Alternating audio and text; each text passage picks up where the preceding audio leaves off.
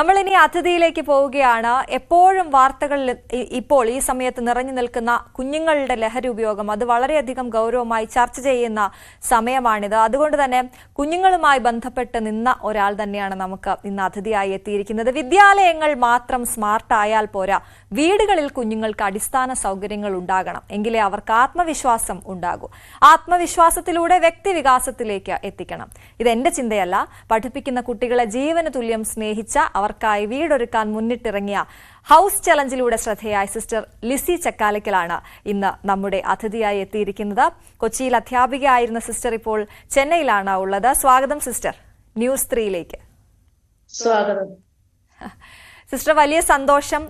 210 വീടുകളാണ് ഇതുവരെ ഹൗസ് ചലഞ്ചിലൂടെ നിർധനരായ ആളുകൾക്ക് വെച്ചു കൊടുക്കാൻ സാധിച്ചത്. എങ്ങനെയാണ് ഈ ഹൗസ് ചലഞ്ച് എന്ന പദ്ധതിയിലേക്ക് എത്തിയത്? അതിന്റെ ഒരു പശ്ചാത്തലം ഒന്ന് പറയാമോ? ഹൗസ് ചലഞ്ച് എന്ന പദ്ധതിയിലേക്ക് എത്തിയത് ഞങ്ങളുടെ വിദ്യാഭ്യാസത്തിന്റെ ലക്ഷ്യം തന്നെ വ്യക്തികളുടെ സമഗ്ര വികസനമാണ്. ഫ്രാൻസിസ്കൻ മിഷണറീസ് ഓഫ് മേരി എന്ന സന്യാസ സഭയുടെ കീഴിലുള്ള മാനേജ്മെന്റ് വിദ്യാലയത്തിലാണ് ഞാൻ പഠിപ്പിച്ചിരുന്നത്. അപ്പൊ ആ ലക്ഷ്യം പൂർത്തിയാക്കുന്നതിന് വേണ്ടിയിട്ട് ഞങ്ങള് പല ആക്ഷൻ പ്ലാനുകളും എടുത്തായിരുന്നു. അതിലൊന്നായിരുന്നു കുട്ടികളുടെ ഭവനങ്ങൾ സന്ദർശിക്കുക എന്നുള്ളത്. അപ്പോ വൈകിട്ട് ക്ലാസ് കഴിഞ്ഞതിന് ശേഷം ഞങ്ങൾ വിദ്യാർത്ഥിനികളുടെ വീടുകൾ സന്ദർശിക്കാനായിട്ട് പോയിപ്പോ, പ്രത്യേകിച്ച് ഞാൻ കൊച്ചിയിലായിരുന്നപ്പോ, കൊച്ചിയില് ഞങ്ങളുടെ വിദ്യാലയത്തില് ഒത്തിരി കുട്ടികള് നമ്മുടെ ചെല്ലാനം പഞ്ചായത്തിൽ നിന്ന്, അതായത് ഒത്തിരി പിന്നോക്കം നിൽക്കുന്ന ഒരു തീരദേശ മേഖലയാണ് ചെല്ലാനം പഞ്ചായത്ത്, അവിടെ നിന്നും വരുന്ന കുട്ടികളുണ്ടായിരുന്നു. അപ്പൊ ആ കുട്ടികളുടെ ഭവനങ്ങൾ സന്ദർശിക്കാൻ പോയിപ്പോ ഒരുപാട് ഞെട്ടിക്കുന്ന അനുഭവങ്ങളാണ് ഉണ്ടായത്. കാരണം ഒരുപാട് കുട്ടികള് തീരദേശത്തു നിന്നും അതുപോലെ തന്നെ കൊച്ചിയുടെ പല ഭാഗങ്ങളിൽ നിന്നും വരുന്നവർ തീരെ അടിസ്ഥാന സൗകര്യമില്ലാത്ത അവസ്ഥയിൽ നിന്നും വരുന്നു. അപ്പൊ അങ്ങനെ വരുന്ന കുട്ടികൾക്ക് അവരിൽ നമുക്ക് കാണാൻ സാധിച്ചത് ഒരു അപകർഷബോധമാണ്. കാരണം കേരളത്തെ സംബന്ധിച്ചിടത്തോളം ഓരോ വ്യക്തി ജനിച്ചു വീഴുമ്പോഴും അവരുടെ ഒരു സ്വപ്നമാണ് സ്വന്തമായിട്ട് ഒരു വീട് എന്നുള്ളത്. അപ്പൊ ആ ഒരു സ്വപ്നത്തിന് വേണ്ടിയിട്ട് ജീവന് എത്രയോ തലമുറകളിൽ നിന്ന് തലമുറകളിലായിട്ട് ആഗ്രഹമായിട്ട് മുന്നോട്ട് പോകുന്ന ഒരുപാട് വ്യക്തികളെ നമുക്ക് കാണാനായിട്ട് സാധിക്കും. അപ്പോ ഞങ്ങളുടെ തന്നെ കുട്ടികൾ ഇത്രയും വളരെ ശോചനീയമായ അവസ്ഥയിൽ നിന്നും വരുന്നത്, അതായത് മഴ പെയ്താലോ അല്ലെങ്കിൽ കടൽ കയറ്റം വന്നാലോ കടുത്ത ചൂടായാലോ ഒന്നും ഇവർക്ക് ഉറങ്ങാൻ പറ്റില്ല. കാരണം പ്ലാസ്റ്റിക്കിന്റെ ഫ്ലെക്സ് ഒക്കെ കവർ ചെയ്തിട്ടുള്ള ഒറ്റ മുറിയിലാണ് താമസിക്കുന്നത്. അതിലും വലിയൊരു പ്രശ്നം സ്ത്രീകളും കുഞ്ഞുങ്ങളും നേരിട്ടുകൊണ്ടിരുന്നത് മദ്യത്തിനും ലഹരിക്കും അടിമയായി അവരുടെ ഇരകളായിട്ട് എപ്പോഴും മാറുന്നത് സ്ത്രീകളും കുട്ടികളുമാണ്. അപ്പൊ ഞങ്ങളുടെ വിദ്യാലയം തന്നെ ഒരു പെൺവിദ്യാലയമാണ്. അപ്പൊ സ്ത്രീ ശാക്തീകരണത്തിനും സ്ത്രീകളുടെ മുന്നേറ്റത്തിനും ഒക്കെ വളരെ പ്രാധാന്യം കൊടുക്കുന്ന ഒരു സഭയാണ് ഞങ്ങളുടെ മാനേജ്മെന്റും അതുപോലെ തന്നെ ഞങ്ങളുടെ വിദ്യാലയവും. അപ്പോ ഞങ്ങൾ വിചാരിച്ച അവർക്ക്, അതായത് ഓരോ പെൺകുട്ടിക്കും ജീവിക്കാനായിട്ടുള്ള ഒരു അവകാശം, അവർ സുരക്ഷിതത്വവും അതുപോലെ തന്നെ ആത്മവിശ്വാസത്തോടു കൂടി വളരുക എന്നുള്ളത്. ഈ അവകാശം നേടിയെടുക്കാനായിട്ട് നമ്മൾ ആദ്യമായിട്ട് പ്രവർത്തിക്കേണ്ടത് വിദ്യാലയങ്ങൾ സ്മാർട്ടാക്കിയാൽ മാത്രം പോരാ, അവർ വരുന്ന സാഹചര്യങ്ങളിൽ മാറ്റം വരുത്തണം. അപ്പൊ അതിന് വേണ്ടത് അടിസ്ഥാന സൗകര്യം ഒരുക്കി കൊടുക്കുക എന്നുള്ളതാണ്. അപ്പോ അടിസ്ഥാന സൗകര്യമില്ലാത്ത അവസ്ഥയിൽ നിന്നും വരുന്ന കുട്ടികൾക്ക് ആത്മവിശ്വാസത്തോടു കൂടി നമ്മൾ ഈ സ്മാർട്ട് വിദ്യാലയത്തിലൂടെ കൊടുക്കുന്ന കാര്യങ്ങൾ ഉൾക്കൊണ്ടുകൊണ്ട് സമഗ്ര വികസനം കൈവരിക്കാൻ സാധ്യമല്ല എന്നുള്ള ഒരു സത്യം തിരിച്ചറിഞ്ഞതുകൊണ്ടാണ് ഭവനരഹിതരില്ലാത്ത കേരളം എന്ന ലക്ഷ്യത്തോടു കൂടി ഹൗസ് ചാലഞ്ച് പദ്ധതിക്ക് രൂപം കൊടുത്തത്. ഈ ഹൗസ് ചാലഞ്ച് പദ്ധതി വലിയൊരു മുന്നേറ്റമായിട്ട് മാറ്റാനായിട്ട് സാധിച്ചത് മറ്റൊന്നുകൊണ്ടുമല്ല, അനേകം സുമനസ്സുകളുടെ സഹായത്തോടു കൂടിയാണ്. തീർച്ചയായിട്ടും നമുക്ക് അതിലേക്ക് വരാം സിസ്റ്റർ. എനിക്ക് ചോദിക്കാനുള്ളത്, ഈ ഹൗസ് ചലഞ്ച് എന്നൊരു മനസ്സിൽ അത് വരാൻ ഒരു കാരണം ഉണ്ടായി കാണുമല്ലോ, അല്ലെങ്കിൽ ആർക്കാദ്യം വീട് വെച്ച് കൊടുക്കണം, അല്ലെങ്കിൽ അവനൊരു വീട് വേണം എന്ന് തോന്നിയ ആ വിദ്യാർത്ഥി ആരായിരുന്നു? അല്ലെങ്കിൽ അതിന്റെ പിന്നാമ്പുറത്ത് ഉണ്ടായ സിസ്റ്ററിന്റെ ചിന്തകൾ, അത് എവിടെ നിന്നാണ് അതിനൊരു തുടക്കമുണ്ടായത്? അതെ, അതായത് കുട്ടികളുടെ ഭവനങ്ങൾ സന്ദർശിക്കാൻ പറഞ്ഞ ഒരുപാട് രാത്രികൾ എനിക്ക് ഉറക്കം നഷ്ടപ്പെട്ടു. ഞാൻ സുഖമായിട്ട് എന്റെ മുറിയിൽ എന്റെ ബെഡിൽ കിടക്കുമ്പോൾ എനിക്ക് ഉറക്കം വരുന്നില്ല. കാരണം എന്റെ കുട്ടികൾ കിടക്കുന്ന അവസ്ഥ എന്ന് പറയുന്നത് ഒത്തിരി ഭീതി നിറഞ്ഞതും ഒത്തിരി സുരക്ഷിതത്വം ഇല്ലാത്തതുമായിട്ടുള്ള ഒരു സാഹചര്യം. അപ്പൊ ആ ഒരു അവസ്ഥ കണ്ടപ്പോ എങ്ങനെ ഇതിനൊരു പരിഹാരം കണ്ടെത്താം. കാരണം എന്റെ ഒരു വ്യക്തിപരമായിട്ടുള്ള ഒരു സ്വഭാവം എന്ന് പറയുന്നത് എന്തെങ്കിലും ഒരു പ്രശ്നം കണ്ടാല് അത് തക്കതായിട്ടുള്ള ക്രിയാത്മകമായിട്ടുള്ള ഇടപെടലിലൂടെ ആ പ്രശ്നത്തിന് പരിഹാരം കണ്ടെത്തുക എന്നുള്ളത് എന്റെ ഒരു വലിയൊരു എന്താ പറയാ ഒരു സ്വഭാവമാണ്, ഒരു ശൈലിയാണ്. അപ്പൊ ഞാൻ ഇവർക്ക് എങ്ങനെ ഭവനം ആദ്യം തന്നെ അവർക്ക് സുരക്ഷിതത്വം ഒരുക്കണം, അപ്പൊ അത് എങ്ങനെയെന്നുള്ള ചിന്തയുമായിട്ട് പോകുമ്പോഴാണ് ഞങ്ങളുടെ വിദ്യാലയത്തിന്റെ പ്ലാറ്റിനം ജൂബിലി ആഘോഷം വന്നത് ആ വർഷം. അപ്പൊ ഈ പ്ലാറ്റിനം ജൂബിലി ആഘോഷത്തിന് എങ്ങനെ ഇത് ഏറ്റവും നല്ല രീതിയിൽ കളർഫുൾ ആയിട്ട് നമ്മുടെ ജൂബിലി ആഘോഷം നടത്താം എന്നുള്ള ഒരു ചിന്ത വന്നപ്പോ ഞാൻ മുന്നോട്ട് വെച്ച ഒരു ആശയമായിരുന്നു, അറ്റ്ലീസ്റ്റ് ജൂബിലി ആഘോഷിച്ചതിന്റെ അടയാളമായിട്ട് ഒരു ജൂബിലി ഭവനം നമ്മൾ നിർമ്മിച്ച് ഭവനരഹിതരായിട്ടുള്ള ഒരു കുട്ടിക്ക് ഒരു ഭവനം കൊടുക്കുകയാണെങ്കിൽ അതൊരു സ്മാരകമായിട്ട് എന്നും നിലനിൽക്കും എന്നുള്ളൊരു ആശയം മുന്നോട്ട് വെച്ചു. അത് പലർക്കും അത് നടക്കില്ല എന്നുള്ള ഒരു ആശങ്ക ഉണ്ടായി. പക്ഷെ എന്തുകൊണ്ടോ എനിക്ക് നമ്മള് സ്വപ്നങ്ങള് യഥാർത്ഥത്തിൽ സത്യമായിട്ടുള്ള സ്വപ്നങ്ങൾ അപരന് വേണ്ടിയിട്ട് കാണുമ്പോൾ ദൈവം തക്ക സമയത്ത് ഇടപെട്ട് അത് പൂർത്തീകരിക്കുന്നുള്ള ഒരു വിശ്വാസം എനിക്കുണ്ട് ദൈവത്തിൽ. ആ ഒരു വിശ്വാസത്തോടു കൂടി അത് നടക്കുമെന്ന വിശ്വാസത്തോടു കൂടി എല്ലാവരുമായിട്ട് ചർച്ച ചെയ്ത് മുന്നോട്ട് പോയി. ഇപ്പൊ എന്റെ ക്ലാസ്സിൽ തന്നെ അപ്പൊ പിന്നെ ആർക്ക് കൊടുക്കും? കാരണം 2500ഓളം കുട്ടികൾ പഠിക്കുന്ന ഒരു വിദ്യാലയത്തിൽ ഒരു കുട്ടിക്ക് കൊടുക്കാന്ന് പറയുമ്പോൾ അത് ആർക്ക് കൊടുക്കുന്ന? പക്ഷെ എന്റെ ക്ലാസ്സിൽ തന്നെ പഠിക്കുന്ന ഒരു കുട്ടിയുടെ പിതാവ് മരിച്ചപ്പോ ഞാൻ അവിടെ ചെന്നപ്പോ കണ്ട കാഴ്ച എന്ന് പറയുന്നത്, ഒരു വീട്ടില് 3 കുടുംബങ്ങള് 3 റൂമിലായിട്ടാണ് താമസിക്കുന്നത്. അതുപോലെ അവര് കിച്ചൺ, ഒരു ചെറിയ കിച്ചൺ അത് ഷെയർ ചെയ്യുന്നു. ഒരു കുടുംബത്തിന്റെ കുക്കിംഗ് കഴിയുമ്പോൾ അടുത്ത കുടുംബം. അപ്പൊ ആ ഒരു അവസ്ഥ കണ്ടപ്പോ ഞാൻ അവിടുത്തെ കുട്ടിയുടെ പിതാവ് ഒരു മെയ്സനായിരുന്നു, കൽപ്പടിക്കാരൻ. അദ്ദേഹം വലിയൊരു സ്വപ്നവുമായിട്ട് നടന്നു സ്വന്തമായിട്ട് ഒരു വീട് എന്നുള്ളത്. പക്ഷെ അദ്ദേഹം പെട്ടെന്ന് ഹാർട്ട് അറ്റാക്ക് ആയിട്ട് മരിക്കുന്നു. ആ മരിച്ച വേളയിൽ ഞാൻ ചെന്നപ്പോ വീണ്ടും ഈ യാഥാർത്ഥ്യം കണ്ടോടുകൂടി എനിക്ക് ഭയങ്കര ഒരു ഷോക്കായി. അപ്പൊ ഞാൻ വിചാരിച്ചു ഈ ഒരു കുടുംബത്തിന് ഇരിക്കട്ടെ ജൂബിലി ഭവനം ഈ വർഷത്തെ എന്നുള്ള ഒരു ആശയം ഉദിക്കുകയും അങ്ങനെ അതിന്റെ പുറകെ പോവുകയും അത് 6 മാസം കൊണ്ട് മനോഹരമായിട്ടൊരു ഭവനം ഞങ്ങളുടെ വിദ്യാലയത്തിന്റെയും മാനേജ്മെന്റിന്റെയും കുട്ടികളുടെ പാരന്റ്സിന്റെ എല്ലാവരുടെ സഹകരണത്തോടു കൂടി പൂർത്തിയാക്കാനായിട്ട് സാധിച്ചു. 25,000 രൂപ കടം വാങ്ങിയാണ് ഞങ്ങൾ അത് ആരംഭിച്ചെങ്കിലും പണി തീർന്നു കഴിഞ്ഞപ്പോ വീണ്ടും 25,000 രൂപ ബാക്കി വന്നു. ആ പൈസ ഉപയോഗിച്ച് അടുത്ത വീട്, പിന്നെ അടുത്ത വീട്. അപ്പൊ അങ്ങനെ നമ്മൾ ചെയ്തതെന്ന് പറഞ്ഞ സമൂഹത്തിലുള്ള ഒത്തിരി സുമനസ്സുകളുടെ നന്മയും അതുപോലെ റിസോഴ്സ് ഇടപെടാൻ കഴിവുള്ളവർ ഇടപെടുന്നു, ജനപ്രതിനിധികൾ അവരുടേതായ രീതിയിൽ അങ്ങനെ പല രീതിയിലുള്ള റിസോഴ്സ് കൂട്ടി ചേർത്താണ് ഈ ഹൗസ് ചാലഞ്ച് എന്ന പദ്ധതി മുന്നോട്ട് പോയതും അതിന് എന്താ പറയാ വിജയിപ്പിക്കാൻ സാധിച്ചത്. ഒരു വീട് നമ്മൾ എന്തിനും ഇറങ്ങിത്തിരിക്കുമ്പോൾ ആദ്യം ബുദ്ധിമുട്ടുണ്ടാവും. ഇപ്പൊ സിസ്റ്റർ പറഞ്ഞതുപോലെ കടം വാങ്ങിയാണ് തുടങ്ങിയത് എന്ന് പറഞ്ഞല്ലോ. അപ്പോൾ ആദ്യമൊന്നും ആർക്കും ഒരു വിശ്വാസം വരില്ലായിരിക്കുമല്ലോ. ഒരു വീട് വെച്ചു കൊടുക്കാമെന്ന് പറയുമ്പോൾ എല്ലാവരും ഒന്ന് ഞെട്ടും. പക്ഷെ അത് ഈ പലതുള്ളി പെരുവെള്ളം എന്ന് പറഞ്ഞതുപോലെ വളരെ എല്ലാവരെയും കൺവിൻസ് ചെയ്തുകൊണ്ട് ആ ഒരു വീട് യാഥാർത്ഥ്യമായപ്പോൾ പിന്നീട് ഫണ്ട് വരാൻ തുടങ്ങി അല്ലെ, അല്ലെങ്കിൽ ആളുകൾ സഹായിക്കാൻ തുടങ്ങി അല്ലെ? അതെ. അപ്പൊ ഈ ഒരു വീടിന്റെ വാർത്ത ക്രിസ്മസിന് ഒരുപാട് ചാനലുകാര്, ഞാൻ പറഞ്ഞില്ലേ നമുക്ക് ഒരുപാട് റിസോഴ്സ് ഇതിൽ ഉൾപ്പെടുത്താൻ സാധിക്കും. അതിൽ മീഡിയ ഒരു വലിയ റിസോഴ്സാണ്. കാരണം മീഡിയയുടെ സപ്പോർട്ടും പ്രൊമോഷനും കിട്ടി വന്നപ്പോ ഞങ്ങൾക്ക് ഒത്തിരി സുമനസ്സുകൾ ഞങ്ങളെ വിശ്വസിക്കുകയും ഞങ്ങളുടെ ഈ പ്രവർത്തനത്തിൽ പങ്കാളിയാവാനായിട്ട് മുന്നോട്ട് വരികയാണ് ചെയ്തത്. അപ്പോ ഞങ്ങൾ എന്ത് റിസോഴ്സാണോ അവൈലബിൾ, വ്യക്തിപരമായിട്ട് ചെയ്യാവുന്നവര് അതുപോലെ ഇടപെടാനായിട്ട് സാധിക്കുന്നവർ ഇടപെടുന്നു. അതുപോലെ തന്നെ ഇതുപോലെയുള്ള മീഡിയ പ്രൊമോഷൻ, ഇങ്ങനെ എല്ലാ രീതിയിലും എല്ലാ നന്മയും സ്വരൂപിച്ചുകൊണ്ടാണ് ഞങ്ങളിപ്പോ 210 കുടുംബങ്ങള് നമുക്ക് എന്താ പറയാ അക്കോമഡേറ്റ് ചെയ്യാനായിട്ട് സാധിച്ചത്. ഒത്തിരി സുരക്ഷിതത്വവും അഭിമാനത്തോടും കൂടി മനോഹരമായ ഭവനങ്ങളിൽ നമ്മളുടെ വ്യക്തികളെ അല്ലെങ്കിൽ കുടുംബങ്ങളെ അല്ലെങ്കിൽ പ്രത്യേകിച്ച് വൾനറബിൾ ഗ്രൂപ്പായിട്ടുള്ള ഭിന്നശേഷിക്കാര്, വിധവകള്, അതുപോലെ തന്നെ എന്താ പറയാ ക്യാൻസർ രോഗികളായിട്ടുള്ളവര്, അങ്ങനെ സമൂഹത്തില് വ്യത്യസ്തങ്ങളായിട്ടുള്ള ദുരിതങ്ങളിലൂടെ അതായത് പ്രതികൂല സാഹചര്യങ്ങളിൽ പെട്ട് ദുരിതം അനുഭവിക്കുന്നവർക്കാണ് നമ്മൾ ഇത്തരത്തിലുള്ള ഇടപെടലിലൂടെ ഭവനങ്ങൾ നിർമ്മിച്ചു നൽകിയത്. തീർച്ചയായിട്ടും സിസ്റ്റർ, ഈ വീട് ഹൗസ് ചലഞ്ചിന് അപ്പുറത്തേക്ക് ലഹരി വിരുദ്ധ ക്യാമ്പയിന് വലിയ നേതൃത്വം കൊടുത്ത ഒരാളാണ് താങ്കൾ. ഇപ്പോൾ നമ്മൾ കണ്ടുകൊണ്ടിരിക്കുന്ന സമൂഹത്തിൽ, ഞാനിപ്പോൾ വാർത്ത വായിക്കാൻ കയറിയപ്പോൾ ആദ്യം നമ്മൾ വായിച്ച വാർത്ത 12 വയസ്സുകാരൻ ലഹരിക്കടിമ, പെങ്ങൾക്കും മയക്കുമരുന്ന് കൊടുക്കുമായിരുന്നു അമ്മയും അച്ഛനും അറിയാതെ എന്നൊക്കെയുള്ള ഞെട്ടിക്കുന്ന വാർത്തകൾ ഇങ്ങനെ ദിനം പ്രതി വന്നുകൊണ്ടേയിരിക്കുകയാണ്. ലഹരിക്കെതിരെ എത്രയോ വർഷങ്ങൾക്ക് മുമ്പ് താങ്കൾ പോരാട്ടത്തിനിറങ്ങിയതാണ്. ഇപ്പോൾ എന്താണ് ഈ വാർത്തകളൊക്കെ കേൾക്കുമ്പോൾ തോന്നുന്നത്? ഞാന് സത്യം പറഞ്ഞ 16 വർഷം എന്റെ അധ്യാപനം പ്രധാന അധ്യാപികയൊക്കെ ആയ സമയത്ത് ഞാൻ ഏറ്റവും കൂടുതൽ പ്രയത്നിച്ചതും പ്രവർത്തിച്ചതും ഒരു മദ്യവിരുദ്ധ ലഹരി വിമുക്ത സമൂഹം പടുത്തുയർത്താനാണ്. അതിന് പല ക്രിയാത്മകമായിട്ടുള്ള വഴികളിലൂടെ ഞാൻ കടന്നുപോയി. എന്റെ സോഷ്യൽ മീഡിയയിലൂടെയൊക്കെ നോക്കിക്കഴിഞ്ഞാൽ FB-യിലൊക്കെ നോക്കിയാൽ കിട്ടും എന്തുമാത്രം കാര്യങ്ങളാണ് ഞങ്ങൾ ചെയ്തതെന്നുള്ളത്.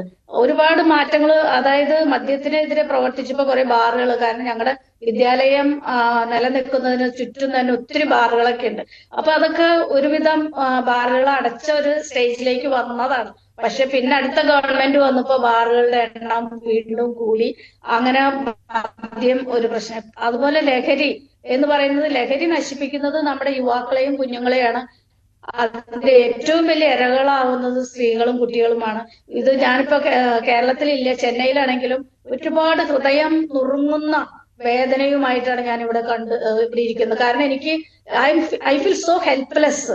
ഓരോ ദിവസവും ഇതിങ്ങനെ കൂടി വരുന്നു. പക്ഷെ ഇത് എത്രയോ വർഷങ്ങൾക്ക് മുൻപ് ഇതേപ്പറ്റി പറയുകയും ഘോരഘോരം പ്രസംഗിക്കുകയും ബോധവൽക്കരണം നടത്തുകയൊക്കെ ചെയ്തു. പക്ഷെ കോൺക്രീറ്റ് ആയിട്ട് ചെയ്യേണ്ടവർ ചെയ്യുന്നില്ല എന്നുള്ള ഒരു ദുഃഖകരമായിട്ടുള്ള ഒരു അവസ്ഥ കാണുമ്പോൾ അതാണ് എന്നെ വേദനിപ്പിക്കുന്നത്. അതായത് നമ്മളെല്ലാവരും ഒറ്റക്കെട്ടായിട്ട്, ഇപ്പൊ ഞങ്ങള് ലഹരി വിരുദ്ധ പ്രവർത്തനമൊക്കെ നടത്തി. ഇപ്പൊ പറഞ്ഞൊരു മുദ്രാവാക്യം ഉണ്ട്, അത് ഞങ്ങൾ എല്ലായിടത്തും എഴുതി പ്രചരിച്ച് ഓട്ടോറിക്ഷയിൽ ഒട്ടിച്ച് അങ്ങനെ പല രീതിയിലും സമൂഹത്തിൽ ഇറങ്ങി. ആരും ചെയ്യാത്ത രീതിയിലുള്ള വളരെ വിപ്ലവകരമായിട്ടുള്ള ഒരു പ്രവർത്തനമാണ് ഞങ്ങളുടെ വിദ്യാലയം നടത്തിയത് ലഹരിക്കെതിരെ. അപ്പൊ അതിൽ പറഞ്ഞ, ഉണരൂ സമൂഹമേ, വരൂ സഹോദരരെ, മദ്യവിരുദ്ധ ലഹരി വിമുക്ത സമൂഹം പടുത്തുയർത്താം, ദൈവത്തിന്റെ സ്വന്തം നാട് യാഥാർത്ഥ്യമാക്കാം. ഈ മുദ്രാവാക്യവുമായിട്ട് ഞങ്ങൾ പശ്ചിമ കൊച്ചിയില് മാത്രമല്ല, എറണാകുളത്ത് നമ്മുടെ വഞ്ചി സ്ക്വയർ ഹൈക്കോടതി ജംഗ്ഷനിൽ 16 വർഷങ്ങൾക്ക് മുമ്പ് ലഹരി വിമുക്ത മദ്യവിരുദ്ധ കുടുംബങ്ങളെ പടുത്തുയർത്താന്ന് പറഞ്ഞ ക്രിസ്മസ് ആഘോഷം, അതെന്ന് പറഞ്ഞ എല്ലാ നാനാ തുറകളിലുള്ള വ്യക്തികളെ ഉൾപ്പെടുത്തിക്കൊണ്ട് മനോഹരമായിട്ട് ഇത്തരം ബോധവൽക്കരണ പ്രവർത്തനങ്ങളൊക്കെ നടത്തിയത്. പക്ഷെ ഈ ഇടയ്ക്ക് നമ്മൾ കാണുന്നത് എല്ലാവർക്കും ഭയമാണ് ഇത്തരം കാര്യത്തിനായിട്ട് ഇറങ്ങിത്തിരിക്കുക. എവിടെ നിന്നാണ് ഈ ഭയം കയറി പറ്റിയത്? ഈ ഭയം കുടുംബങ്ങളിലും മാതാപിതാക്കളും മക്കളും തമ്മില്, ജീവിത പങ്കാളികൾ തമ്മില്, വിദ്യാർത്ഥികളും അധ്യാപകരും തമ്മില്, സുഹൃത്തുക്കളും തമ്മിൽ, സഹോദരൻ, എല്ലായിടത്തും ഒരു എന്താ പറയാ, ഒരുമാതിരി ഭയം കയറി പറ്റിയേക്കാണ്. ഈ ഭയം എടുത്തു കളഞ്ഞിട്ട് സഭയും സമൂഹവും സംഘടനകൾ എല്ലാവരും കൂടി ഒന്നിച്ച് നമ്മൾ ലഹരിക്കെതിരെ ഇറങ്ങിയില്ലെങ്കിൽ നമ്മൾ ആറ്റം ബോംബിനേലും വലിയ, അതായത് ഒരു ലോകമഹായുദ്ധം വരുമ്പോ ഒറ്റയടിക്ക് പോകും. പക്ഷെ അതിലും അല്ല സിസ്റ്റർ, നമ്മൾ ഈ ലഹരിക്കെതിരെ നേരത്തെ സമരങ്ങളൊക്കെ താങ്കൾ പറഞ്ഞതുപോലെയുള്ള പോരാട്ടങ്ങളൊക്കെ കണ്ടിട്ടുണ്ട്. പക്ഷെ അപ്പോഴൊക്കെ ഈ മദ്യത്തിനെതിരെയൊക്കെ നമ്മൾ പോരാടുമ്പോൾ അത് വീട്ടിലെ ഗൃഹനാഥൻ അല്ലെങ്കിൽ ആ രീതിയിലുള്ള പോരാട്ടമായിരുന്നു. അവരെ ബോധവൽക്കരിച്ചുകൊണ്ടുള്ള പരിപാടികളൊക്കെയല്ല നടത്തിയിരുന്നത്. ഇത് ഇപ്പൊ ചെറിയ കുഞ്ഞുങ്ങൾ ഇങ്ങനെ ലഹരിക്ക് അടിമയാവുന്നു എന്ന് പറയുന്നു. അത് മദ്യത്തിനപ്പുറത്തേക്ക് മറ്റ് ലഹരി പദാർത്ഥങ്ങളിലേക്ക് പോകുന്നു, അവർ ആ മാഫിയയുടെ കണ്ണികളാകുന്നു എന്നൊക്കെ പറയുന്നു. താങ്കൾ നേരത്തെ പറഞ്ഞു അത് ആരാണിത് നിയന്ത്രിക്കേണ്ടത്? വീടുകളിൽ പോലും അവർ സുരക്ഷിതരല്ല എന്ന രീതിയിലേക്ക് കാര്യങ്ങൾ എത്തിയിരിക്കുകയല്ലേ? താങ്കൾ എങ്ങനെയാണ് കാണുന്നത്? പ്രത്യേകിച്ച് കുഞ്ഞുങ്ങളുമായി ഒരുപാട് കാലം ബന്ധമുണ്ടായിരുന്ന ആളാണ്, ഒരു അധ്യാപികയാണ്. വെറും പഠിപ്പിച്ച് പാഠങ്ങൾ മാത്രം പഠിപ്പിക്കുന്ന ഒരു അധ്യാപിക ആയിരുന്നില്ല. അവരെപ്പോഴും സുരക്ഷിതരാവണമെന്ന് മനസ്സുകൊണ്ട് ആഗ്രഹിച്ചയാളാണല്ലോ. ഇത് നിയന്ത്രിക്കേണ്ടത് ശരിക്കും പറഞ്ഞിട്ടുണ്ടെങ്കിൽ ഗവൺമെന്റ്, മറ്റു രാജ്യങ്ങളിൽ, ഇപ്പൊ ഗൾഫ് രാജ്യങ്ങളിലൊക്കെ ഇതൊന്നും ഇത്ര വലിയ പ്രശ്നമായിട്ട് മാറുന്നില്ല. കാരണം കറക്റ്റായിട്ട് അവർ ഐഡന്റിഫൈ ചെയ്യുന്നു ക്രിമിനൽസിനെ, അവർ അതനുസരിച്ച് ശിക്ഷ കൊടുക്കുന്നു, അവർ ക്ലെൻസിങ് അവിടെ നടക്കുന്നു. ഇത് നമ്മുടെ ഇതിൽ ഒത്തിരി സോഫ്റ്റ് കോർണർ, എന്തെങ്കിലും ഒരു ക്രൈം വന്നു കഴിഞ്ഞാൽ അപ്പൊ തന്നെ ഇടപെടലുകളാണ് നടക്കുന്നത്. ഈ ഇടപെടലുകൾ, തെറ്റായ രീതിയിലുള്ള ഇടപെടലുകൾ ഒരു പക്ഷേ ഈ ലഹരി പ്രവർത്തകരുടെ എണ്ണം കൂട്ടാനോ അല്ലെങ്കിൽ ഇത്തരത്തിലുള്ള കുറ്റകൃത്യങ്ങൾ ചെയ്യുവാനായിട്ട് വലിയൊരു പ്രോത്സാഹനമായിരുന്നു. കാരണം കേരളം നമ്പർ 1 എന്നാ പറയുന്ന, മറ്റു സംസ്ഥാനങ്ങളിൽ ഇല്ലാത്ത ഒരുപാട് ഗുണങ്ങൾ നമുക്കുണ്ട്. പക്ഷെ എന്തുകൊണ്ട് ഈ ഒരു കാര്യം നമ്മൾക്ക് ഇന്ത്യയിൽ തന്നെ നമ്പർ 1 ആയിട്ട് മാറിക്കൂടാ? ഇപ്പൊ നമ്മൾ ചെയ്യേണ്ടത്, ഇപ്പൊ ഇതെല്ലാവർക്കും ഇപ്പൊ മനസ്സിലായി, നമ്മുടെ സ്വന്തം കുടുംബത്തെ, ഇത് ദൂരെയായിരുന്നു ലഹരി ഉപയോഗത്തിന്റെ, നമ്മൾ സംസാരിച്ച് ഇപ്പൊ സ്വന്തം വീട്ടിലേക്ക് അത് വന്നിരിക്കുകയാണ്. അപ്പൊ ഇനി നമുക്ക് ഒട്ടും സമയം കളയാനില്ല. പരസ്പരം അങ്ങോട്ടും ഇങ്ങോട്ടും ബ്ലെയിം ചെയ്യാതെ ജനപ്രതിനിധി, ഗവൺമെന്റ് ആയാലും മറ്റു പ്രതിനിധികളായാലും സഭകളായാലും സംഘടന, എല്ലാവരും ഒരേ മനസ്സോടെ ദൈവത്തിന്റെ സ്വന്തം നാട് എന്നുള്ള പ്രതിച്ഛായ വീണ്ടെടുക്കാൻ നമ്മൾ പ്രവർത്തിക്കണം. അത് വിദ്യാലയങ്ങളിൽ അധ്യാപകർ ഭയത്തിലാണ്. കാരണം ഇപ്പൊ എക്സാം നടക്കുന്ന സമയമാണ്, എനിക്കറിയാം. എക്സാം ഡ്യൂട്ടി കിട്ടി കഴിഞ്ഞപ്പോ, ഞങ്ങളുടെയൊക്കെ ഗേൾസ് സ്കൂളാണ്, വലിയ പ്രശ്നങ്ങളില്ലാതെ ഇന്നുവരെ, ഞാനിപ്പോ അവിടെ ആയിരുന്ന സമയത്തൊന്നും ഒരു പ്രശ്നങ്ങൾ അങ്ങനെ ഇല്ലായിരുന്നു. കാരണം പാരന്റ്സും കുട്ടികളും ടീച്ചേഴ്സും ഒറ്റക്കെട്ടായിട്ടുള്ള ഒരു കൂട്ടായ്മയുടെ ശക്തിയായിരുന്നു അവിടെ പ്രവർത്തിച്ചത്. അതുകൊണ്ട് വളരെ സേഫ് ആയിരുന്നു, സെക്യൂർ ആയിരുന്നു. പക്ഷെ ഇപ്പൊ ഞങ്ങളുടെ അധ്യാപകര് പരീക്ഷ ഡ്യൂട്ടിക്ക് മറ്റു വിദ്യാലയങ്ങളിലൊക്കെ പോകുമ്പോ ഭയമാണ്. കാരണം കുട്ടികൾ പരീക്ഷ എഴുതുന്ന കുട്ടികളെ കണ്ടു കഴിഞ്ഞാല് എങ്ങനെ പ്രതികരിക്കണമെന്ന് അറിയില്ല. വല്ലാത്തൊരു ഇൻഡിസിപ്ലിൻ ആണ് അവിടെ നടക്കുന്നത്. നമുക്ക് ഭയമാണ്. കാരണം എന്താ നടക്കാൻ പോണേന്ന് അറിയില്ല. അധ്യാപകര് ഭയത്തിലാണ്. കണ്ടാ പോലും നമ്മുടെ ജീവൻ അപകടത്തിലായതുകൊണ്ട് ആരും റിസ്ക് എടുക്കുന്നില്ല. ഇത് വല്ലാത്തൊരു സത്യമാണ്. പക്ഷെ ആരും പുറത്തു പറയുന്നില്ല. കാരണം പേടിച്ചിട്ട്. കാരണം വിദ്യാലയത്തിൽ ഇപ്പൊ കോപ്പി അടിക്കുന്ന ഒരു കുട്ടീനെ കാണുന്നു. പ്രത്യേകിച്ച് ബോയ്സ് ഒക്കെ ഉള്ള വിദ്യാലയത്തിലൊക്കെ പോകുമ്പോ അധ്യാപകര് പോകുമ്പോ പ്രതികരിക്കാനായിട്ട് ഭയമാണ് അവർക്ക്.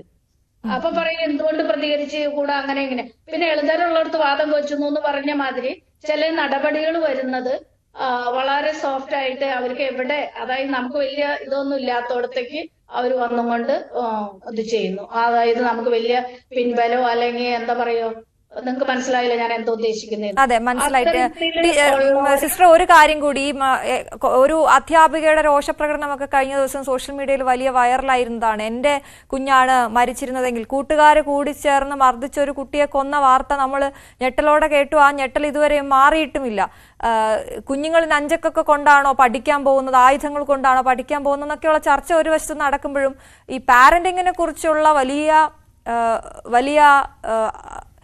പേടി അത് ഈ മാതാപിതാക്കൾക്കുണ്ട്. വീട്ടിലെങ്ങനെ ഇപ്പൊ സിസ്റ്റർ പറഞ്ഞതുപോലെ കുഞ്ഞുങ്ങളെ എല്ലാവർക്കും ഇപ്പൊ പേടിയായി തുടങ്ങിയിരിക്കുന്നു. കാരണം പഴയ കുട്ടികളല്ല എന്ന് പറയുന്നത് അത് അക്ഷരാർത്ഥത്തിൽ ശരിയല്ല. മൊബൈൽ ഫോണിന്റെ ഉപയോഗവും ഇന്റർനെറ്റും അവർക്ക് വിരൽത്തുമ്പിലെല്ലാം ലഭിക്കുന്നു. അത് ജനിച്ചു വീണ ഒരു കുഞ്ഞിനടക്കം മൊബൈൽ കിട്ടുകയാണ് അപ്പൊ തന്നെ. അപ്പൊ അതിന്റെ ഒരു ദുരുപയോഗമൊക്കെ എങ്ങനെയാണ് താങ്കൾ കാണുന്നത്? ഇത് കുറെ കൂടി നമ്മൾ മുന്നോട്ട് പോവുകയാണെങ്കിൽ ഓരോ വ്യക്തികളും, ഇപ്പൊ ഒരു വീട്ടിലെ അമ്മ എന്ന് പറയുന്നത് അമ്മയുടെ കയ്യിലാണ് ആ കുഞ്ഞിനെ ആദ്യം ലഭിക്കുന്നത്. ആ മാതൃത്വം തിരിച്ചറിഞ്ഞുകൊണ്ട് മാതൃത്വത്തിന്റെ ഉത്തരവാദിത്വം എന്ന് പറയുന്നത് ആ കുഞ്ഞിനെ ഏറ്റവും നല്ല രീതിയിൽ ഫോം ചെയ്യാൻ അവിടെ ഒരുപാട് ത്യാഗം അമ്മ ചെയ്യേണ്ടതായിട്ടുണ്ട്. അപ്പൊ ആ മാതൃത്വം വേണ്ട രീതിയിൽ ആ കുട്ടിയെ ഫോം ചെയ്യാൻ അതേ ഉത്തരവാദിത്വം തന്നെ പിതാവിനുണ്ട്. ആ പിതാവിന്റെ പിതൃത്വം എന്ന് പറയുന്നത് ആ കുട്ടിയെ ഫോം ചെയ്ത് നല്ലൊരു വ്യക്തിയായിട്ട് സമൂഹത്തിന് ലേക്ക് ഇറക്കുക എന്നുള്ളതാണ്. അപ്പൊ ആ മാതാപിതാക്കളുടെ കമ്മിറ്റ്മെന്റ് പലപ്പോഴും അതൊരു സൈഡ് ബിസിനസ്. മക്കളുണ്ടാവുന്നു, പക്ഷെ എത്രമാത്രം കമ്മിറ്റഡ് ആണ് നമ്മുടെ പഴയ തലമുറയെ വെച്ച് നോക്കുമ്പോൾ, അല്ലെങ്കിൽ നമ്മുടെയൊക്കെ മാതാപിതാക്കളെ വെച്ച് നോക്കുമ്പോൾ അവരുടെ ഏറ്റവും പ്രൈം ആയിട്ടെന്ന് പറയുന്നത് മക്കളാണ്. പക്ഷെ ഇന്നിപ്പോ നമ്മൾ കാണുന്നത് മക്കളൊക്കെ സെക്കൻഡറി, ബ്രോക്കൺ ഫാമിലീസിന്റെ എണ്ണം കൂടുന്നു. അവിഹിത ബന്ധങ്ങൾ, ഈ അവിഹിത ബന്ധം എന്ന് പറയുന്നത് എല്ലാ തലത്തിലും ഉണ്ട്. നമ്മൾ വിചാരിക്കും മാരേജ് അല്ലെങ്കിൽ മറ്റ് മാരീഡ് ലൈഫിൽ ഇത് എവരിവെയർ യൂസ് ഈ അവിഹിതം എന്ന് പറഞ്ഞ അശുദ്ധി നമ്മുടെ കമ്മിറ്റ്മെന്റിൽ, അതായത് 100% നമ്മൾ കമ്മിറ്റഡ് അല്ല. ഇപ്പൊ അധ്യാപകരായാലും നമ്മൾ 100% കമ്മിറ്റഡ് ആണെങ്കിൽ നമ്മൾ ഏത് റിസ്ക് എടുക്കാനും തയ്യാറാണ്. ആ ഗുരുത്വം, ആ ഗുരു എന്നതിന്റെ ഒരു ഇതുണ്ട്, കമ്മിറ്റ്മെന്റ് ഉണ്ടല്ലോ, അത് എത്ര ശതമാനം നമ്മൾ അധ്യാപകർ ചെയ്യുന്ന ആ ഒരു ഉത്തരവാദിത്തം എടുക്കും. ഭയം എന്ന് പറഞ്ഞിട്ട് നമുക്ക് ഈസി ആയിട്ട് നമുക്ക് പിന്മാറാം. പക്ഷെ അങ്ങനെ ഓരോരുത്തരും, ഇപ്പൊ ജനപ്രതിനിധികള്, പോലീസ് എല്ലാവരും അവരവരുടെ റോള് വെള്ളം ചേർക്കാത്തൊരു കമ്മിറ്റ്മെന്റ് ആണെങ്കിൽ കുഴപ്പമില്ല. പക്ഷെ ഇന്ന് നമ്മൾ കാണുന്നത് A kind of dilution in everything. അത് ഈ കുട്ടികൾ പുതിയ തലമുറ മുതലെടുക്കാണ് ചെയ്യുന്നത്. അപ്പൊ സിസ്റ്റർ, ഒന്ന് ഇടപെട്ട് ചോദിച്ചോട്ടെ, ഈ വടി എടുക്കണ്ട എന്നുള്ള ഒരു നിലപാടിലേക്കൊക്കെ കാര്യങ്ങൾ എത്തിയിരുന്നല്ലോ. കുഞ്ഞുങ്ങളെ വടി കാണിച്ച് പേടിപ്പിക്കണ്ട എന്നൊക്കെയുള്ള. സിസ്റ്റർ അധ്യാപികയായി ജോലി ചെയ്തിരുന്നതാണല്ലോ. ആ സമയത്ത് എന്താണ് ടീച്ചർക്ക് അതിനോടുള്ള അഭിപ്രായം? ഈ തല്ലി പഠിപ്പിക്കേണ്ടത് തല്ലി തന്നെ പഠിപ്പിക്കണമായിരുന്നു, അല്ലെങ്കിൽ ആ ഒരു പേടി കുഞ്ഞുങ്ങൾക്ക് ഇന്ന് ഇല്ല എന്ന് തോന്നിയിട്ടുണ്ടോ ഒരു അധ്യാപിക എന്ന നിലയിൽ? ഇത് ഒരു അധ്യാപിക എന്ന് പറയുമ്പോൾ ഞങ്ങൾക്ക് നമ്മൾ ആദ്യം തന്നെ ചെയ്യേണ്ടത് അഡ്മിഷന്റെ സമയത്ത് തന്നെ നമ്മൾ കുട്ടികളുടെ പാരന്റ്സ് ആയിട്ട് നല്ലൊരു ബന്ധം, സമൂഹമായിട്ട് നല്ലൊരു ബന്ധം നമ്മൾ സൃഷ്ടിക്കണം. നമ്മൾ ഒരു എന്താ പറയാ, ഒരു അതിര് വെക്കരുത്. ഇപ്പൊ ഞങ്ങളുടെ വിദ്യാലയത്തെ ഞാൻ സമൂഹ സൗഹൃദ വിദ്യാലയമായിട്ട് മാറ്റിയതിന് ശേഷമാണ് ഇത്തരത്തിലുള്ള വിവിധങ്ങളായിട്ടുള്ള ക്രിയാത്മക പ്രവർത്തനങ്ങൾ അപ്പൊ സമൂഹ സൗഹൃദ വിദ്യാലയം എന്ന് പറയുമ്പോൾ സമൂഹത്തിലുള്ള നാനാ തുറകളിലുള്ളവരുമായിട്ട് നല്ലൊരു ബന്ധം ആ വിദ്യാലയത്തിൽ ഉണ്ടായിരിക്കണം, ആ സമൂഹത്തിൽ. അപ്പൊ അങ്ങനെ വരുമ്പോ നമ്മൾ എല്ലാത്തിനും ഇപ്പൊ ചില കുട്ടികളെ മാതാപിതാക്കൾ പറയും ഞങ്ങൾക്ക് വേണ്ട അങ്ങനെ. അപ്പൊ നമ്മൾ ആ കുട്ടികളെ ചേർത്ത് പിടിക്കണം. നമുക്ക് we have to treat them individually. ഓരോ അധ്യാപകരും ഇപ്പൊ ഒരു കുറ്റകൃത്യം അല്ലെങ്കിൽ എന്തെങ്കിലും ഒരു പോരായ ഒരു കുഞ്ഞിൽ കണ്ടാല് ആ കുഞ്ഞിന്റെ കാര്യത്തിൽ അപ്പൊ തന്നെ ഇടപെട്ടുകൊണ്ട് കൗൺസിലിംഗ് വേണ്ടെങ്കിൽ കൗൺസിലിംഗ് കൊടുക്കണം. അതല്ല കുട്ടിക്ക് എന്താണോ കുട്ടിയുടെ ഇഷ്യൂ ഇൻഡിവിജ്വൽ അറ്റൻഷൻ നമ്മൾ കൊടുക്കണം. അപ്പൊ അതിന് വീണ്ടും നമ്പർ ഓഫ് സ്റ്റുഡൻസ് എന്ന് പറഞ്ഞ് നമ്മൾ ഒരുപാട് പറയുന്നുണ്ട് എഡ്യൂക്കേഷൻ ഡിപ്പാർട്ട്മെന്റിൽ കുട്ടികളുടെ റേഷ്യോയിൽ വരുന്ന മാറ്റം. ഇപ്പൊ അങ്ങനെ കുറെ കൂടി പ്രാധാന്യം വിദ്യാഭ്യാസ മേഖലയ്ക്ക് കൊടുത്താല് നമുക്ക് ഒരു പരിധിവരെ കുടുംബങ്ങളിലും തീർച്ചയായും വ്യക്തമാണ്. മാതാപിതാക്കൾ സിസ്റ്റർ ലിസി ചക്കാലക്കലാണ് നമുക്കൊപ്പം അതിഥിയായി ചേർന്നത്. ഈ ഒരു അവസരത്തിൽ ഞങ്ങൾക്ക് ഇത്രയും കാര്യങ്ങൾ പറഞ്ഞു തന്നതിന് നന്ദി പറയുന്നു. ഒപ്പം താങ്കളുടെ സമയക്കുറവ് മൂലമാണ് ഇടപെട്ടത്. താങ്കളുടെ പ്രവർത്തനങ്ങൾക്ക് എല്ലാവിധ ആശംസകളും നേരുകയാണ്. ഒരുപാട് മുന്നോട്ട് പോകാൻ കഴിയട്ടെ, കേരളത്തിലേക്ക് വേഗം മടങ്ങി വരാൻ സാധിക്കട്ടെ എന്നുകൂടി ആശംസിക്കുകയാണ്. Thank you so much sister. Thank you Aswathi, thank you. നമ്മൾ ഇനി പോകുന്നത് ഒരു അറിവിലേക്കാണ്. അറിവെന്ന് പറയാൻ കഴിയുമെന്ന് ചോദിച്ചാൽ അറിവ് തന്നെയാണ്. കാരണം കുംഭഭരണി നാളിൽ സദ്യയുടെ കൂടെ ഓണാട്ടുകരയിലെ എല്ലാ വീടുകളിലും ഒരുക്കുന്ന ഒരു വിഭവമുണ്ട്, കൊഞ്ചും മാങ്ങ. കൊഞ്ചും മാങ്ങ തയ്യാറാക്കി തുടങ്ങിയതിന് പിന്നിൽ ഒരു കഥയുമുണ്ട്. ഓണാട്ടുകരയിൽ നിന്ന് ധന്യയും അമ്മ ചന്ദ്രികയും മകൾ ജാനകിയും ചേർന്ന് കൊഞ്ചും മാങ്ങ കറി തയ്യാറാക്കുകയാണ്. നമുക്ക് കാണാം.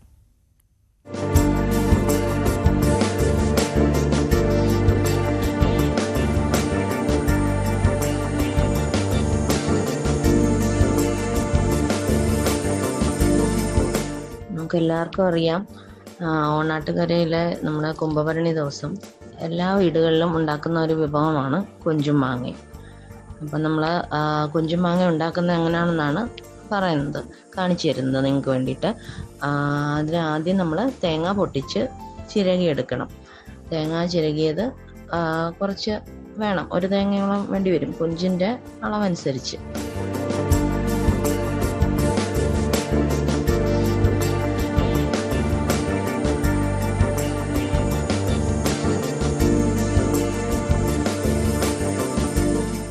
മാങ്ങ ഉണ്ടാക്കാനായിട്ടുള്ള സാധനങ്ങളാണ് മാങ്ങ കൊത്തി അരിഞ്ഞത്, തേങ്ങ ചിരകിയത്, മുളക് പൊടി, മഞ്ഞൾപ്പൊടി, മല്ലിപ്പൊടി, ഉലുവാപ്പൊടി, ഉപ്പ്, പിന്നെ പച്ചമുളകും വേണം. നമ്മൾ കൊഞ്ച് വറക്കണം. കൊഞ്ച് വറുത്ത് പൊടിച്ച് വേണം ഉണ്ടാക്കാൻ. കൊഞ്ച് വറുക്കത്തത് ഒരു 5 മിനിറ്റോളം വറക്കേണ്ടി വരും. അത് നമ്മൾ കൈകൊണ്ട് ഒടിച്ചു നോക്കുമ്പോൾ ഒടിയണം. അങ്ങനെ ആവുന്നത് വരെ കൊഞ്ച് വറുത്തെടുക്കണം. പിന്നെ നമ്മൾ മാങ്ങ ഉപയോഗിക്കുന്നത് കിളിച്ചുണ്ടൻ മാങ്ങയാണ് സാധാരണയായിട്ട് ഉപയോഗിക്കുന്നത്. പുളി കുറവുള്ള മാങ്ങ, ഒരുപാട് പുളിയുള്ള മാങ്ങ ഉപയോഗിക്കാറില്ല. കിളിച്ചുണ്ടൻ മാങ്ങയാണ് നമ്മൾ കൊഞ്ച് മാങ്ങയ്ക്ക് വേണ്ടിയിട്ട് ഉപയോഗിക്കുന്നത്. നമ്മൾ ഈ വെക്കുന്നത് തോരൻ പോലെയാണ്, അല്ലാതെ നമ്മൾ ചിലയിടത്ത് അവിയൽ പോലെയും വെക്കുന്നുണ്ട്. നമ്മൾ സാധാരണ തോരൻ പോലെയാണ് കൊഞ്ചും മാങ്ങയും വെക്കാറ്.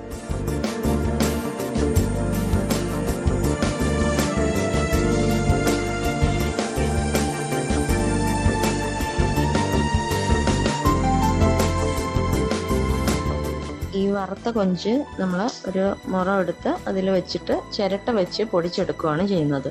ചിരട്ട വെച്ച് പൊടിച്ചത് നല്ലപോലെ പൊടിച്ചതിന് ശേഷം അത് അതിനകത്തുള്ള തലയും വാലും ഒക്കെ പൊടിയാതെ കിടക്കുന്ന എന്തെങ്കിലും ഉണ്ടെങ്കിൽ എടുത്ത് മാറ്റുക. എന്നിട്ട് വെള്ളത്തിൽ കഴുകി അരിച്ചെടുക്കും.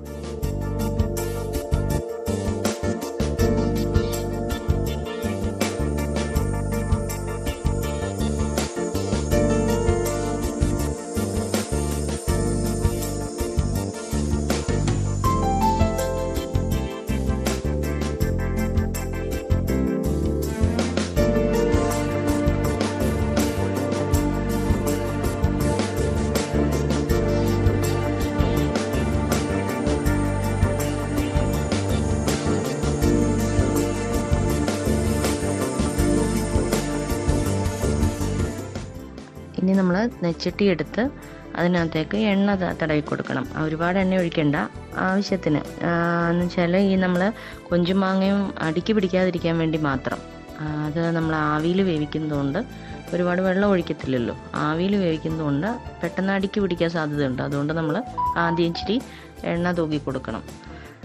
അതിനുശേഷം അതിനകത്തേക്ക് തേങ്ങ ഇടുക. തേങ്ങ ചിരകി വെച്ച തേങ്ങയും ചെറിയ ഉള്ളി അരിഞ്ഞത്, പച്ചമുളക്, മാങ്ങ, മുളക് പൊടി, മഞ്ഞൾപ്പൊടി, മല്ലിപ്പൊടി, ഉലുവാപ്പൊടി, ആവശ്യത്തിന് ഉപ്പ്, ഇതെല്ലാം ഇട്ട് മിക്സ് ചെയ്യുക. നല്ലപോലെ ഇളക്കി മിക്സ് ചെയ്ത് അതിലേക്ക് കൊഞ്ചും കൂടി ഇട്ട് മിക്സ് ചെയ്ത് കറിവേപ്പില ഇട്ട് മിക്സ് ചെയ്യുക. അതിനുശേഷം നമ്മൾ ഇത് ചെറുതീയിൽ, ഒരുപാട് തീയിടാൻ പാടില്ല, ചെറുതീയിൽ അടുപ്പിലേക്ക് വെച്ച് വെള്ളം കുടഞ്ഞ് കുറേശ്ശെയായിട്ട് വെള്ളം കുടഞ്ഞ് വേവിക്കുക.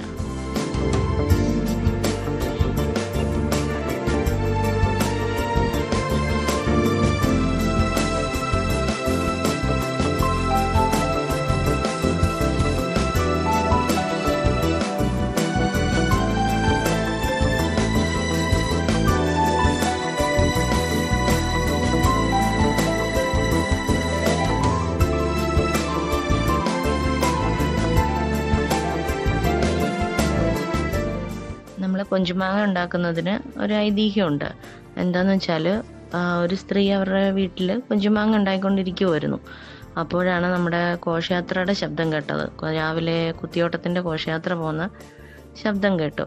അപ്പോൾ ആ ഘോഷയാത്ര കാണാൻ വേണ്ടിയിട്ട് പുള്ളിക്കാരിക്ക് ആഗ്രഹം ഉണ്ടായിരുന്നു. അവിടെ ഏൽപ്പിച്ച് പോകാൻ ആരും ഇല്ലാത്തത് കൊണ്ട് ദേവിയോട് പ്രാർത്ഥിച്ചു, എനിക്ക് ഒന്ന് കാണാൻ ആഗ്രഹമുണ്ട്, ഞാനൊന്ന് പോയിട്ട് വരാം, ഇതൊന്ന് നോക്കിക്കൊണ്ടേ ദേവിന്ന്.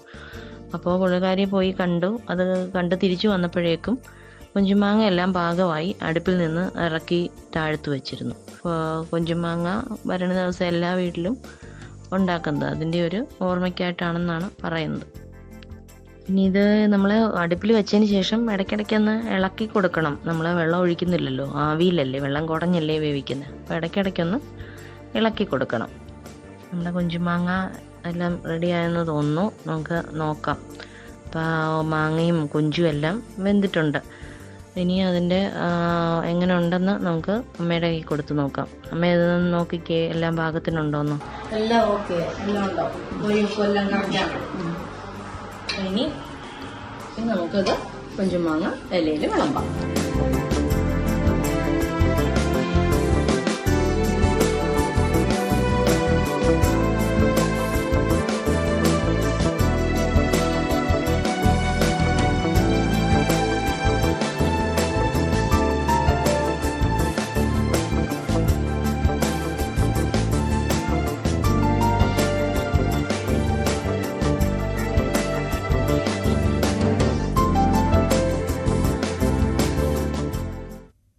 ഇപ്പോൾ ഓണാട്ടുകരക്കാരുടെ കൊഞ്ചുമാങ്ങ എന്താണെന്ന് പ്രേക്ഷകർക്ക് മനസ്സിലായി, അറിയാത്തവർക്ക് മനസ്സിലായി എന്ന് കരുതുന്നു.